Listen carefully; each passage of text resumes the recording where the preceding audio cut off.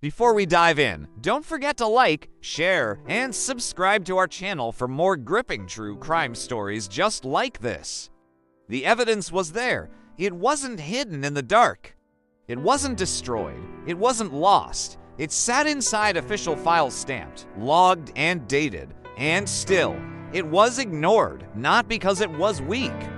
Not because it was unreliable, but because acknowledging it would have changed everything.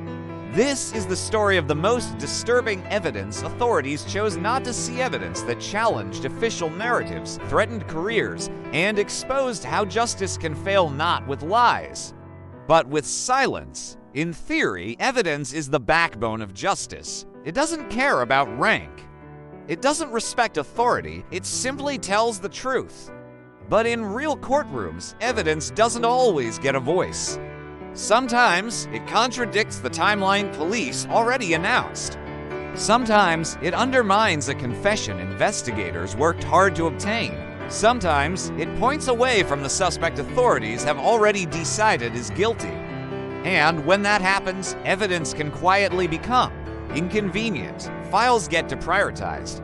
Reports are labeled non-essential. Expert conclusions are summarized instead of presented. The evidence still exists, but its impact is neutralized. Confessions are powerful. In the public mind, they end questions.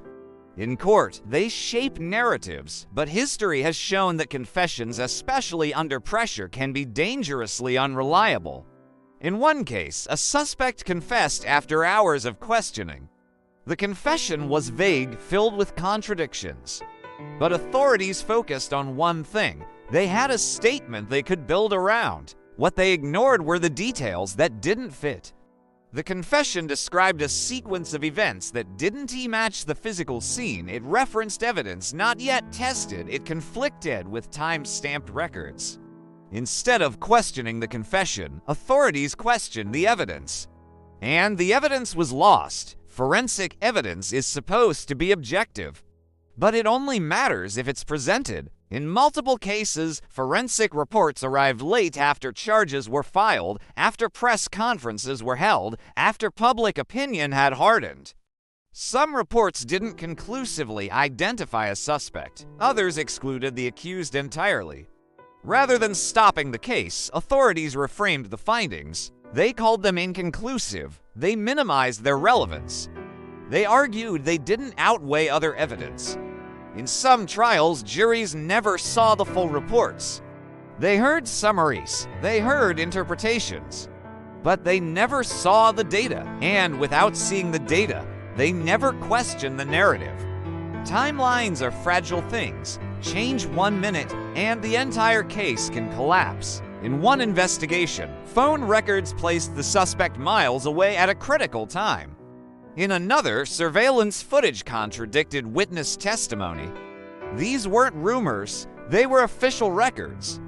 But acknowledging them would have required reopening assumptions, so authorities did something subtle. They questioned the technology, they questioned the accuracy, they questioned the interpretation, anything except questioning the case itself. Witnesses are human.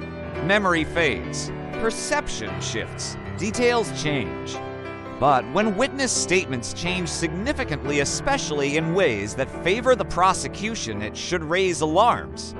In several cases, original statements conflicted with later testimony. Descriptions became more precise.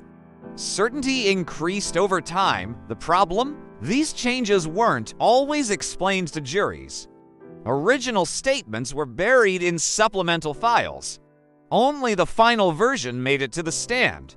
The jury believed they were hearing the full truth. They weren't. Some of the most disturbing evidence wasn't excluded. It was categorized, labeled non-essential, peripheral, unnecessary. That label can quietly remove evidence from the courtroom without formally suppressing it. Once labeled, it no longer demands attention. It no longer triggers questions. It simply exists on paper. And the paper doesn't argue back. Why would evidence be ignored? Because acknowledging it comes at a cost. It means admitting mistakes. It means reopening closed cases. It means facing public scrutiny. In some systems, finality is valued more than accuracy. Once a case is solved, revisiting it threatens trust not just in one investigation, but in the system as a whole. So the system protects itself, not by lying but by choosing not to look. The truth doesn't usually emerge from dramatic confessions. It emerges from persistence, journalists who request full records, lawyers who read footnotes, analysts who compare timelines. They notice discrepancies others overlook.